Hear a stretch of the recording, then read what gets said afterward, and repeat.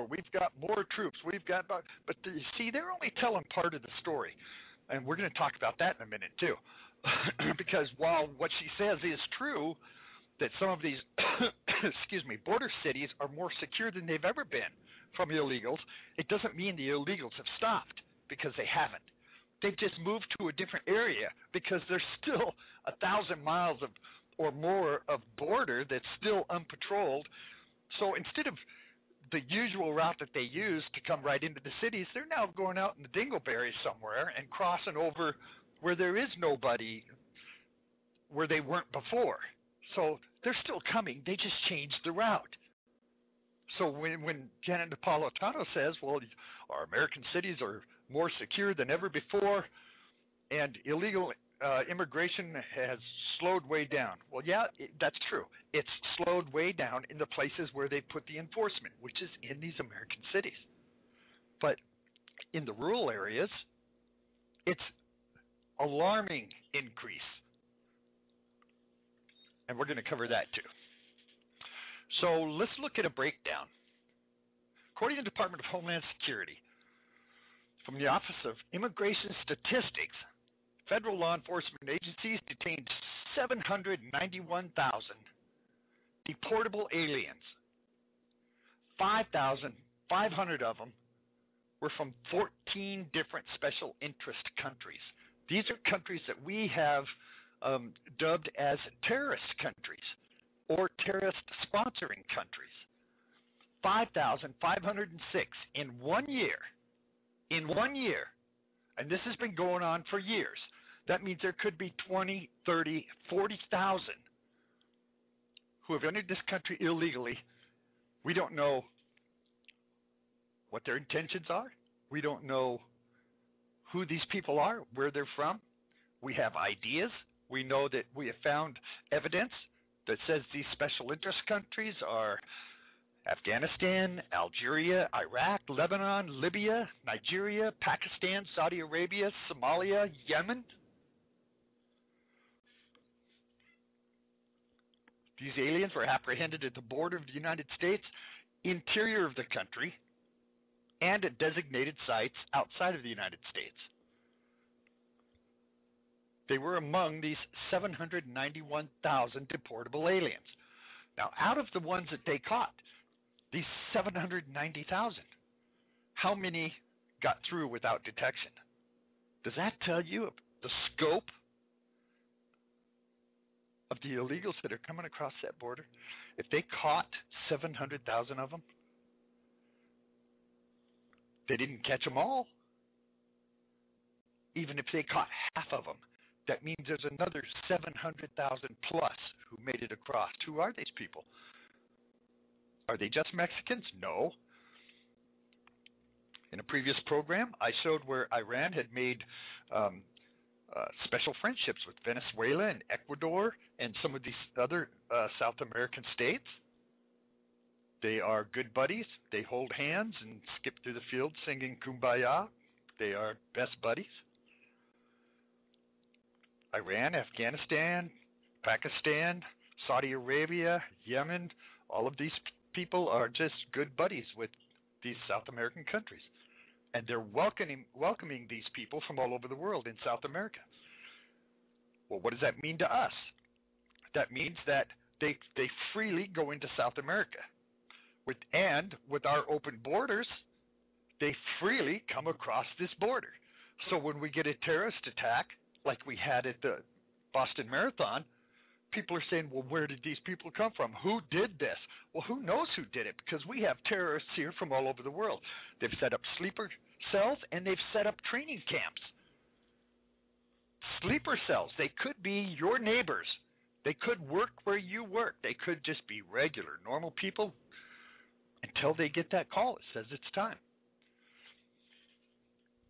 Other people are coming out and say, we haven't had terrorist attacks here in America except these few big ones. Other than that, terrorist attacks are pretty rare. Well, that's not true. I have a list of terrorist attacks all the way from the 1970s from foreign nationals, mostly Islamic, not all, but mostly Islamic, who have perpetrated terrorist attacks right here in this country. There is an ever-present threat of terrorism and their infiltration. U.S. Immigration and Custom Enforcement investigation have revealed that aliens were smuggled from the Middle East to staging areas in Central and South America before being smuggled illegally into the United States. They've already set up these staging areas. Some of these are paying these coyotes huge amounts of money to smuggle them across the border. And the coyotes are taking advantage of this. These terrorists are coming from oil-wealthy countries, and these coyotes know it. They're charging them up to like $25,000 each to smuggle them into the U.S. And, of course, they have money to burn, so they say, fine, we'll pay it. Now, what is their intention if they're willing to pay these coyotes $25,000 apiece to be smuggled into the U.S.? What is their plan that they are so desperate to get in this country, they're willing to pay money like that to come into this country undetected and illegal? That's what raises the question here. U.S. military and intelligence officials believe that Venezuela is an emerging and potential hub of terrorism in the entire Western Hemisphere. The Venezuelan government has issued identity documents that could be used to obtain U.S. visas and enter the country even legally through these forged documents. The Texas border, specifically the McAllen area, outpaces the rest of the nation in OTMs other than Mexicans and aliens from these special interest countries. Department of Homeland Security, a 41% increase along the Texas-Mexican border of special interest aliens.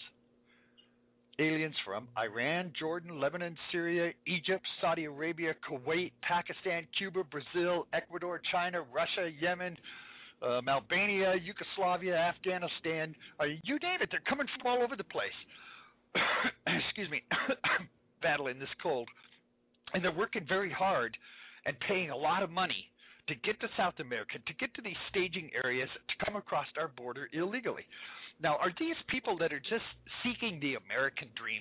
Do they just want the opportunity to have a better life for their families? Or do they have something else in mind? Well, I think the terrorist attack from the Boston Marathon says that these people probably have something else in mind. And it's not just this terrorist attack. Immigration authorities discovered that along the banks of the Rio Grande River that suggest ties to terrorist organizations. Sheriff Gonzalez of Zapata County, Texas, reported that officials found Iranian currency in the surrounding area around their town. Also, jackets found in Jim Hogg County, Texas, was covered in patches from countries where Al-Qaeda is known to operate. Patches include an Arabic military badge, one that illustrates an airplane flying into a tower. Another one features a lion's head with wings and a parachute. That's the Arab insignia that reads martyr, way to eternal life, or way to immortality. One way or another, all of these things are connected. And then the government lies to us about it. They say our borders are more secure than ever. Why would our government not want to secure our borders and keep us secure from these terrorists? Okay, well, are you thinking, well, maybe they don't know about it? Maybe they're just not apprised as to, all of the Somalis and Hezbollah and Al-Shabaab, all of these terrorist groups that are coming across our border. Maybe they just don't realize what's going on here. Let me play you a clip from a congressional hearing. Listen to this. 1 minute. Mr. Speaker, the Department of Homeland Security has issued a terrorist alert for Texas. An Islamic terrorist group from Somalia, Al-Shabaab, is infiltrating across the southern border. A people smuggling ring has been exposed through South America, and hundreds of Somali illegals were given fake identifications. Many of them have Islamic ties to Islamic terrorist groups. This is Al-Shabaab Somali terrorist organization, and it's aligned with Al-Qaeda. Their priority is to impose Sharia Islamic law, and they have stated their intent to harm America. In addition to the Somalis and the terrorists from Somalia coming across the border, law enforcement officials in Texas said Mexican smugglers are coaching Middle Eastern illegals. They're teaching them how to dress and look Hispanic, and they're learning how to speak Spanish. Mr. Speaker, what is it going to take for the administration to really secure the border? The warning signs could not be clearer. We need to send sufficient National Guard troops to the border now. Until the federal government understands border security is a national security issue, we're going to continue to have this problem. And that's just the way it is. I yield back. And it is the way it is, and it's the way that it's been. And they continue to this day to pour across our borders. Now, this was a hearing where you heard them talking to the Speaker of the House.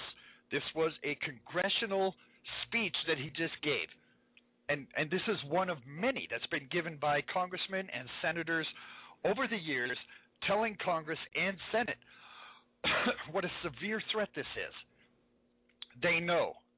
It's very clear. They know. Yet they still refuse to seal that border. Why is that?